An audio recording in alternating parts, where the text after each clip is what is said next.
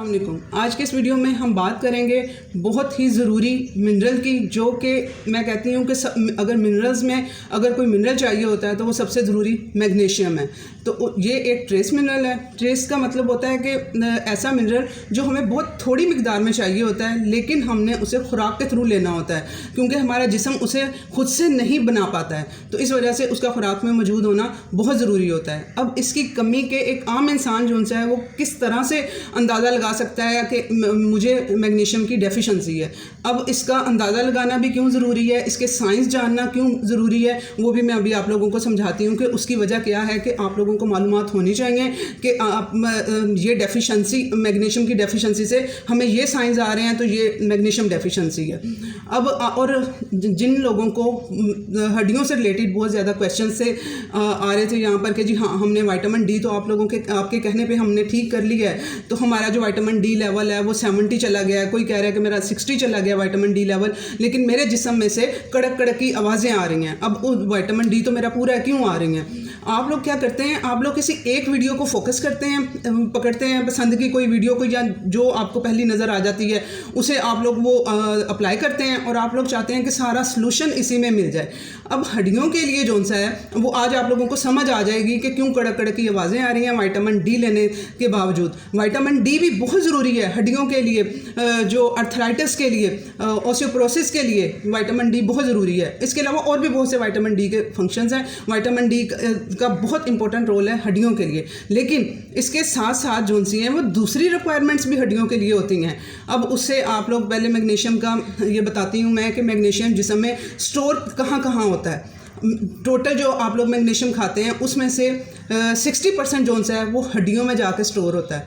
उसमें से अब बाकी जो 20% है वो हमारे मसल्स में, पट्ठों में जाके स्टोर होता है।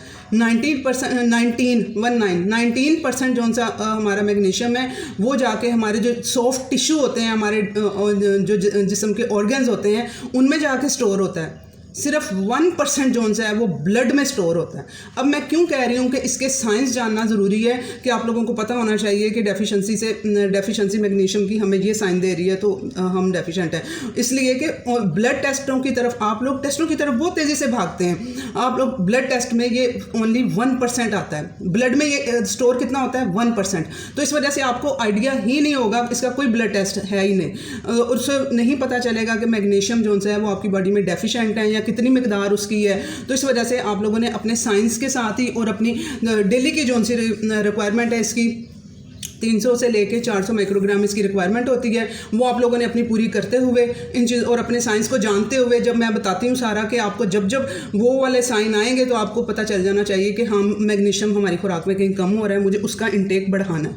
तो ये आप लोगों ने इस तरह से इसे समझना है। अब हड्डियों के लिए जो सा है वो अब समझ आ गई होगी मिसेस अली अब्बास और जो बहुत सी ख़वातीन जो कह रही थी कि हम लोगों ने तो अपना वो किया हुआ है, तो हम अंडे हम खा रहे हैं, कहीं इसकी वजह से तो नहीं हमारी हड्डियों में से आवाज़ें आ रही, हम लोग वो कोकोनट ऑयल यूज़ कर रहे हैं तो कहीं अरे वो तो सारी चीज़ें इतनी हेल्दी हैं, उनके तो इतने फ़ायदे हैं और हड्डियों के लिए भी उनके फ़ायदे हैं। जो असल रीज़न है आप लोग उनके पीछे नहीं जा रहे हैं। इसलिए मैं आप लोगों को कहती हूँ, अगर आप लोग फर्स्ट टाइम मेरा ये वाला वीडियो देख रहे हैं तो आप लोगों ने प्लीज़ अगर मुझे फॉलो करना है, अगर किसी को अपनाओ ना तो पूरे उसके हो जाओ, तो आप लोगों ने मेरी सारी वीडियोज़ को फॉलो करना है। इसमें 50% मैं कहती हूँ कि एक्सरसाइजेज़ का रोल है आप लोगों की हेल्थ के लिए। तो आप लोगों ने मेरी जहाँ दूसरी वीडियोज़ होंगी वो आप लोगों ने भी फॉलो करनी है, प्लस आप लोगों ने एक्सरसाइजेज़ की वीडियोज़ को भी फॉलो करना है, यानी टोटली आप फॉलो करेंगे तो आपको फ़ायदा हासिल होगा। ये चीज़, अब हम लोग डेफिशिएंट क्यों होते हैं, मैग्नीशियम की डेफिशिएंसी आखिर क्यों होती है हमारे जिस्म के अंदर? इसकी जो सी है पहली वजह कार्बोहाइड्रेट, शुगर। कार्बोहाइड्रेट में क्या आ जाता है, छना हुआ आटा, मैदा, वाइट आटा जो आजकल बहुत शौक से वो यूज़ किया जा रहा होता है, और शुगर इसमें आ जाती है, और पास्ता, बर्गर, पिज़्ज़ा जिससे बने होते हैं, ये सारी चीज़ें जो सी हैं। और जो इंडिया के लोग भी मुझे देखते हैं, अल्कोहल उसका यूज़, तो ये सारी चीज़ें क्या करती हैं, ये फ्लश आउट करती हैं। मैग्नीशियम एक तो हमारे जिस्म में नहीं बन रहा होता, जो हम खुराक के थ्रू ले रहे होते हैं, और वो भी हम थोड़ा बहुत ही हमें हमारा पूरा हो पाता है, तो वो भी आप लोग ऐसी चीज़ें खा के, इन चीज़ों को खा के उसे भी जिस्म से बाहर निकलवा देते हैं मैग्नीशियम को, तो इस वजह से आप लोग डेफिशिएंट हो जाते हैं। नंबर 2, जो किसान है, केपी केपीएन वो खादें डाल रहे होते हैं, ठीक है, नाइट्रोजन, फास्फोरस, पोटाशियम, केपीएन, ठीक है, पोटाशियम, ये उनकी खादों में ये 3 चीज़ें डल रही होती हैं, जबकि मैग्नीशियम वो नहीं डालते हैं। ये महंगा होता है, मैग्नीशियम की खाद महंगी होती है, तो ये उस मैग्नीशियम नहीं डालते हैं ज़मीन को। तो अब वो ज़मीन डेफिशेंट है, अब वो जो उसमें पौधे सारे उग रहे हैं वो डेफिशेंट हैं। इस वजह से हम लोग जो अपनी खुराक खा रहे होते हैं, सब्जियाँ वगैरह और दालें वगैरह, उसमें हमें इतनी मिकदार में नहीं मिल पाता है, क्योंकि जो ज़मीन के अंदर अपना नेचुरल थोड़ा बहुत जो होगा वो होगा, बाकी जो खाद के थ्रू नहीं डाला जाता है, तो वो इस वजह से हम लोगों में उसकी डेफिशिएंसी भी आ जाती है। तो अब जो किसान अच्छे हैं, जो समझते हैं इन चीज़ों को, अगर वो मैग्नीशियम डालते हैं उसमें अपनी खाद में, तो फिर वो अच्छा कर रहे होते हैं। जो किसान लोग मुझे अगर कोई सुन रहे हैं, तो प्लीज़ आप लोग मैग्नीशियम डालना शुरू करें। जो ज़मीन में अपना नेचुरल था वो अब बार बार फसलें उगा के और बहुत तेज़ स्पीड के साथ फसलें उगा के ज़मीन में से ख़त्म कर दिया गया है। तो आप प्लीज़ अपनी खाद में मैग्नीशियम को ऐड करना शुरू करें। बेशक अपनी महंगी कर लें चीज़ को, ठीक है, आप लोग उसको पूरा कर लें, क्योंकि जो एनर्जी उस पौधे में ज़मीन में खाद के थ्रू आनी है, उस मिट्टी को जरखेज़ बना के आनी है, वो हम बाहर से भी खाएंगे उतनी एनर्जी नहीं देगी जितनी वो मिट्टी के थ्रू हमारे खुराक पौधों में आएगी और हमारे जिस्म के अंदर जाएगी। तो आप लोग बेशक उसकी प्राइस बढ़ा दिया करें, लेकिन आप लोग ये चीज़ें ज़रूर इसको फॉलो करें, अपनी मिट्टी को जरखेज़ करें और उसमें ये चीज़ें डालें। उसकी डेफिशिएंसी की वजह से हो जाता है। अब तीसरे नंबर पे कुछ मेडिसिन ऐसी खाई जा रही होती हैं जो कि इसको डेफिशिएंट कर रही होती हैं, जैसे कि पेशाब आवर दवाइयाँ हो गई हैं।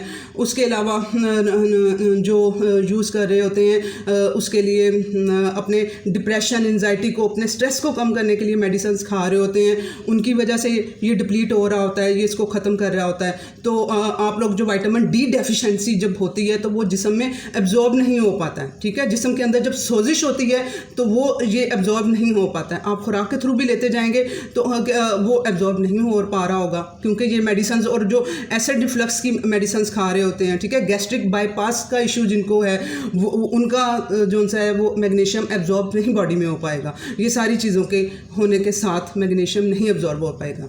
उसके बाद बहुत इंपॉर्टेंट रीज़न कि आप लोग खा तो रहे हैं डाइट में, लेकिन वो जिस्म का हिस्सा नहीं बन पा रहा है। यहाँ पे 2 पॉइंट आ जाते हैं। एक तो आपके स्टमक का तेज़ाब इतना नहीं है, एसिड इतना नहीं है मैदे के अंदर कि वो उसको डाइजेस्ट कर सके। इसको डाइजेस्ट करना भी एक मायने रखता है। खाना और पचाना 2 अलग अलग चीज़ें हैं। अब मैग्नीशियम आप खा रहे हैं लेकिन वो डाइजेस्ट नहीं हो पा रहा है, मैदे में तेज़ाब नहीं है। उसके बाद अगर मैदे का थोड़ा बहुत तेज़ाब ठीक है, तो आगे जाके आंतों में कोई मसला हुआ है, ठीक है, आंतें सही तरह से काम नहीं कर पा रही, क्योंकि हमारी डाइजेशन आधी मैदे में होती है और आधी जाके एब्जॉर्प्शन आंतों के अंदर होती है। जो सारे न्यूट्रिएंट्स हैं उसमें से जो ब्लड में जाके एब्जॉर्ब आंतों में जाके वो प्रोसीजर होता है उसकी एब्जॉर्प्शन का, जज़ब होने का, हमारे खून में शामिल होकर हमारे जिस्म का हिस्सा बनने का, उन न्यूट्रिएंट्स का जो हम लोगों ने खाए होते हैं। अगर आंतों का मसला होगा तो ये देखें प्रोसीजर रह गया ना। इसी वजह से जो लीकी गट के पेशेंट हैं, मुझे कल जिन 2 आदमियों ने रब्ता किया है, लीकी गट का आपको इशू है, उन दोनों के वेट बहुत कम है।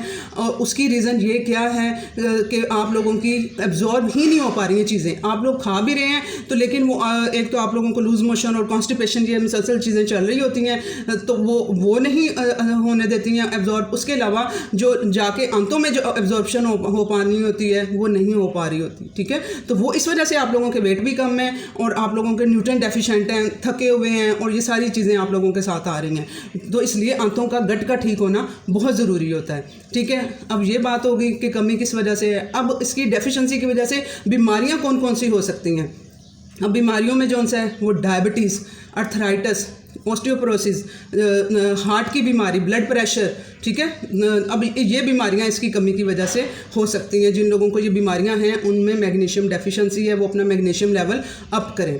अब आप लोगों ने अपनी खुराक के थ्रू इसको किस तरह से पूरा करना है। खुराक में क्या किया जाता है कि जी स्पेशली जो अर्थराइटिस के पेशेंट हैं, गठिया के पेशेंट हैं, वो लोग भी जो किडनी के पेशेंट हैं जिनको स्टोन्स बनते हैं, अब वो ऑक्जेलेट रिच, ठीक है ना। अब वो कहते हैं कि जी इसमें मैग्नीशियम जो पाया जाता है ग्रीन लीफी वेजिटेबल्स में पाया जाता है, ठीक है। इसके अलावा होल ग्रेन्स में पाया जाता है ये, और इसके अलावा रेड मीट में, चिकन में, फ़िश में, इनमें थोड़ी थोड़ी मिकदार में पाया जाता है, और नट्स और सीड्स में पाया जाता है। ये इन चीज़ों से आप लोग थोड़ा थोड़ा करके सारा हासिल करेंगे। अगर आप लोग मेरे साथ मेरे चैनल पे चल रहे हैं तो मैं आप लोगों का मैग्नीशियम के लिए आप लोगों ने कोई सप्लीमेंट नहीं लेना है, आप लोगों ने इसको अपनी डाइट के थ्रू ही पूरा करना है, और मैं करवा रही हूँ। आप लोगों ने अब ग्रीन लीफी जो वेजिटेबल्स हैं वो आप लोग कहते हैं अक्सर कि हमें तो डॉक्टर ने मना किया हुआ है, हमें जी वो उसका अर्थराइटिस का इशू है तो वो हमें नुकसान करेगा।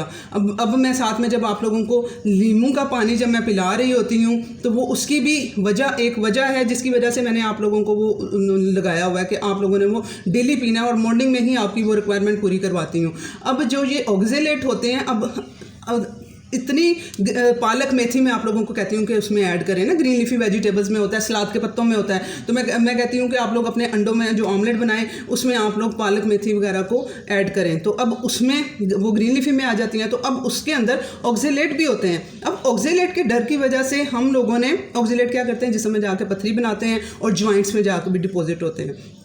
और अब ये सोल्यूशन नहीं है कि हम लोगों ने ऐसी चीज़ों को खाना ही नहीं है। सीड्स और नट्स भी जो से हैं वो ऑक्जेलेट थोड़ा बनाते हैं, अखरोट जो खाते हैं आप लोग, मैंने ऐड करवाए हुए हैं, उसमें भी थोड़ा ऑक्जेलेट का वो होता है। तो लेकिन आप लोगों को परेशान होने की ज़रूरत नहीं, इसीलिए मैं कहती हूँ मेरी एक वीडियो फॉलो नहीं करनी है, मुझे टोटल फॉलो करना है आप लोगों ने।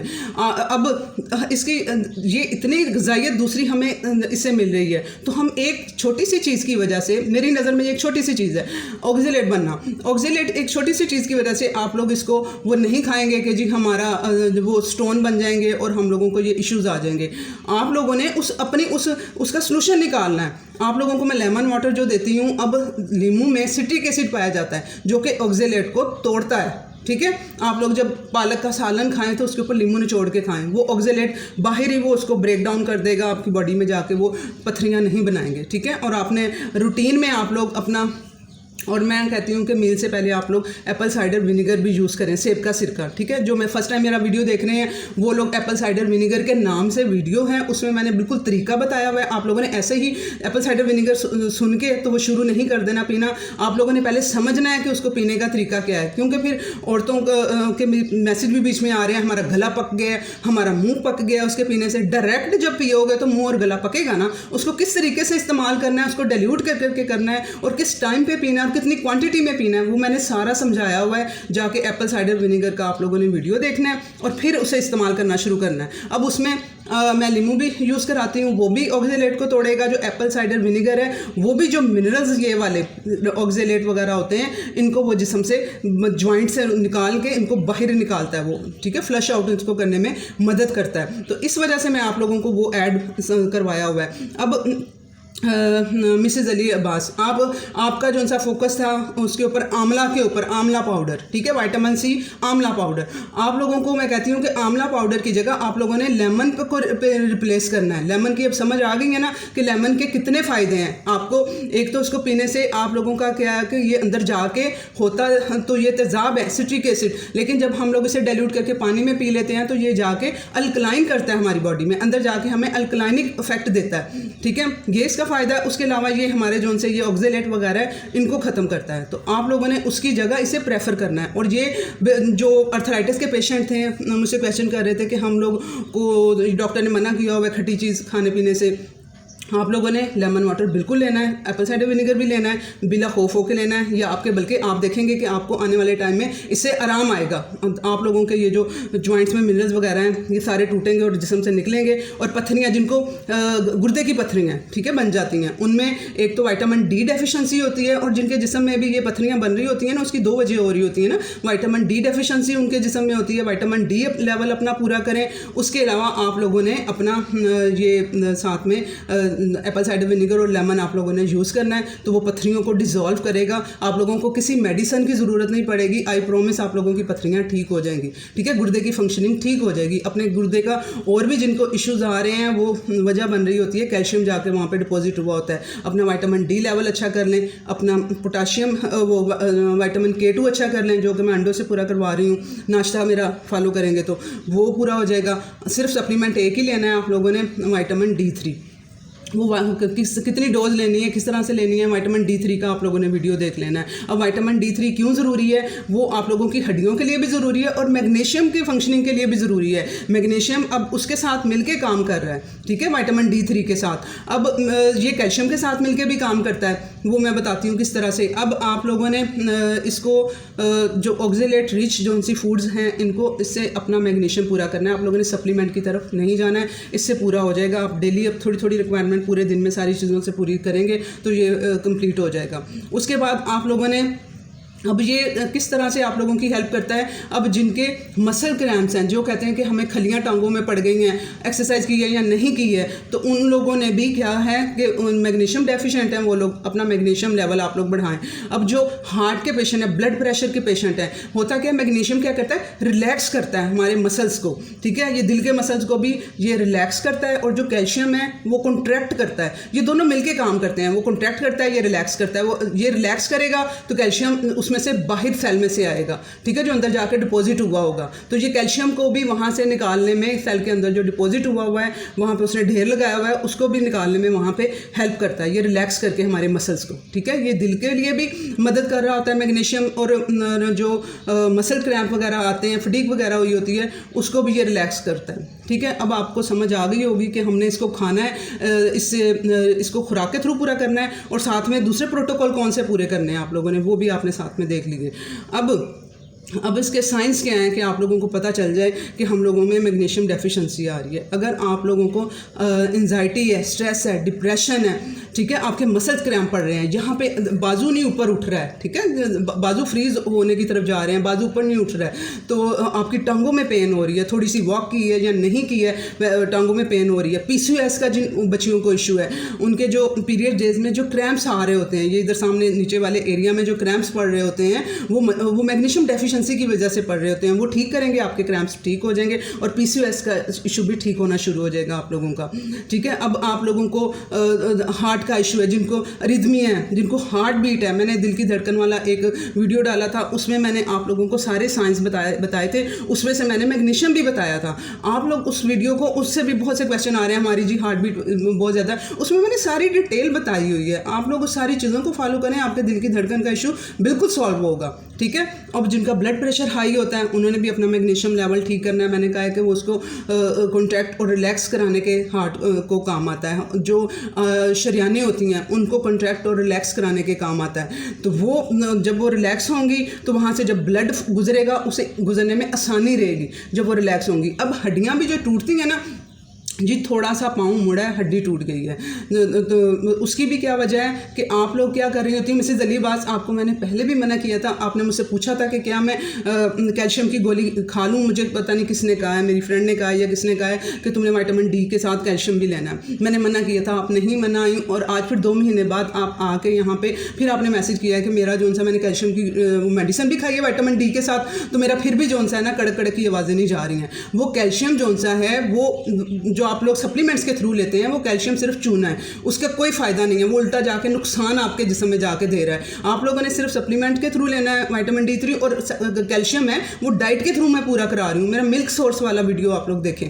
तो आप लोगों ने उस चीज़ को जो सा है वो लेके चल रहे होते हैं, जो उसको मज़ीद अंदर ख़राबी कर रहा होता है। तो आप लोगों ने कैल्शियम को वहाँ से पूरा करना है। अब कैल्शियम खा खा के हड्डियों को, तो कैल्शियम जा जा के वो अकड़ी हुई होती हैं हड्डियाँ। अब उसके साथ हड्डियों के लिए दूसरी चीज़ें भी चाहिए होती हैं, जैसे कि कोलेजन भी चाहिए होता है, प्रोटीन चाहिए होता है। अभी मैंने कहा है कि मैग्नीशियम 60% जाके हड्डियों में स्टोर होता है, यानी कि हड्डी का इतना ज़्यादा जो पोर्शन है हड्डी जिससे बनी हुई है, उसमें मैग्नीशियम भी शामिल है।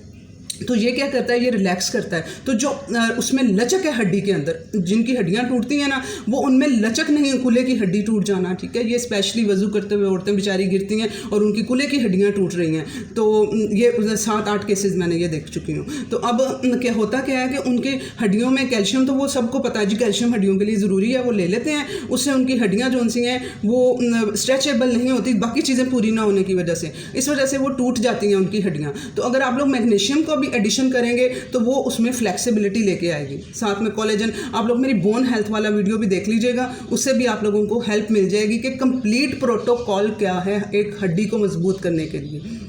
जिनकी हड्डियां भुरभुरी हो रही हैं उनको भी मैग्नीशियम चाहिए साथ में। तो वो ये वाला वीडियो को भी गौर से सुने, सारी चीज़ें फॉलो करें और बोन हेल्थ वाला भी करें। ये पूरे प्रोटोकॉल सारी चीज़ें पूरी होंगी तो आपकी हड्डी मजबूत होगी, कड़क कड़क की आवाज़ें भी नहीं आएंगी और मजबूत भी होंगी। और उसमें से 50% रोल एक्सरसाइजेज का भी है, जो मेरी एक्सरसाइजेज भी हैं वो भी आप लोगों ने करनी है।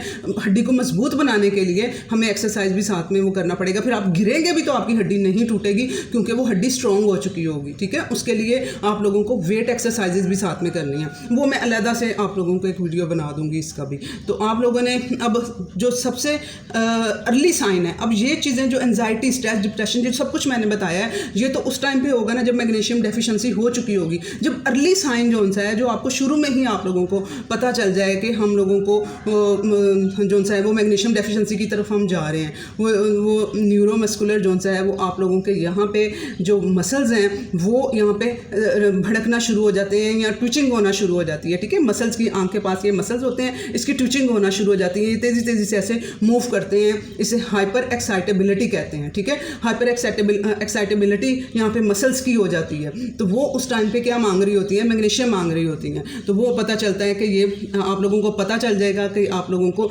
स्टार्ट होना हुआ है मैग्नीशियम की डेफिशिएंसी का, तो आप लोग मैग्नीशियम को पूरा करेंगे आप लोग। आई होप ये वीडियो इन्फॉर्मेटिव था, इसे शेयर करें, बहुत से लोगों को इसकी ज़रूरत है ताकि वो किसी ब्लड टेस्टों की तरफ या इन चीज़ों की तरफ मत भागें, अवेयरनेस हासिल करके जान सकें कि हमारे जिस्म में इस टाइम पे किस चीज़ की कमी होने जा रही है। अल्लाह हाफिज़, शेयर इट।